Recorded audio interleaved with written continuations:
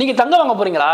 அப்போ நான் சொல்கிறத ஒரு நிமிஷம் கேட்டுட்டு போங்க அப்படின்னு சொல்லி உங்களை நான் குழப்ப மாட்டேன். நீங்கள் தங்கம் வாங்குறா இருந்தால் போய் தாராளமாக வாங்குங்க. தங்கத்தை பெருசாக தான் வாங்கி சேர்க்கணும்னு அவசியம் கிடையாது. 1 கிராம் வாங்கினாலும் தங்கம் தங்கம் தான். சரி, எதுக்கு இந்த பில்டப் அப்படின்னு கேட்குறீங்களா? ஒரு காலத்தில் நம்ம 10,000 ரூபா ஏறுமோன்னு பயந்த நமக்கு இன்னைக்கு லட்சத்தை தாண்டி போய்க்கிருக்கு. ஏன் இந்த விலை ஏறுது எனக்கா யோசிச்சிருக்கீங்களா? இன்னைக்கு நாம அதை பற்றி தான் பேச போகிறோம். வாங்க பேசலாம். ஏன் இந்த தங்கம் இவ்வளோ விலை ஏறுது அப்படிங்கிறதுக்கு முக்கியமான காரணங்களுக்கு இன்னைக்கு அதை பற்றி தான் பேச போகிறோம். முதல் காரணம் என்னன்னா, உலகத்தில் எங்காவது ஒரு போர் ஏற்பட்டாலோ இல்லை பொருளாதாரத்தில் ஒரு குழப்பம் ஏற்பட்டாலோ அங்குள்ள முதலீட்டாளர்கள் என்ன பண்ணுவாங்க, முதலீடு பண்ணுறதுக்கு பயந்துக்கிட்டு தங்கத்தை வாங்கி சேமிக்க ஆரம்பிப்பாங்க. அதுவும் ஒரு காரணமாக இருக்கு.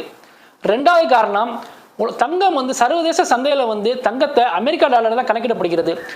அமெரிக்கா டாலர் குறையும் போது மற்ற நாடுகளுக்கு இது மலிவாக இருக்கும். அதனால தங்கத்தை வாங்கி சேமிக்க ஆரம்பிக்கிறாங்க.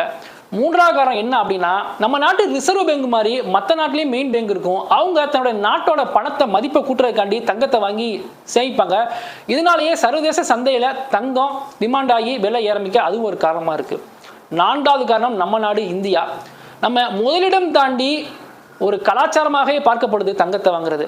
இப்போ தங்கத்தை நம்ம முதலீடு செய்கிறத விட, நம்ம சேமிக்கிறத விட நம்ம என்ன பண்ணுவோம், செய்முறை செய்கிறது தான் அதிகமாக வாங்குவோம் நம்ம இந்திய மக்கள் அதிக பேர். இதுவும் ஒரு தங்க சந்தையில் டிமாண்ட் ஆகி தங்க விலை ஏறதுக்கு இதுவும் ஒரு காரணமாக இருக்குது. முக்கியமாக சொல்ல போனோம்னா, உலகத்தில் ஒரு குழப்பம் ஏற்படும் போது தங்க விலை ஏறும். ஒரு பெட்ரோல் விலை ஏறுனுச்சுன்னா எல்லா பொருட்களும் விலை ஏறும் இல்லையா? அது மாதிரி எல்லா பொருட்களும் குறையும் போது தங்க விலை மட்டும் ஏறும். இதுதான் இது விளக்கம்.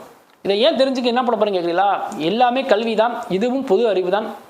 மீண்டும் ஒரு நல்ல தகவலும் சந்திப்போம். நன்றி.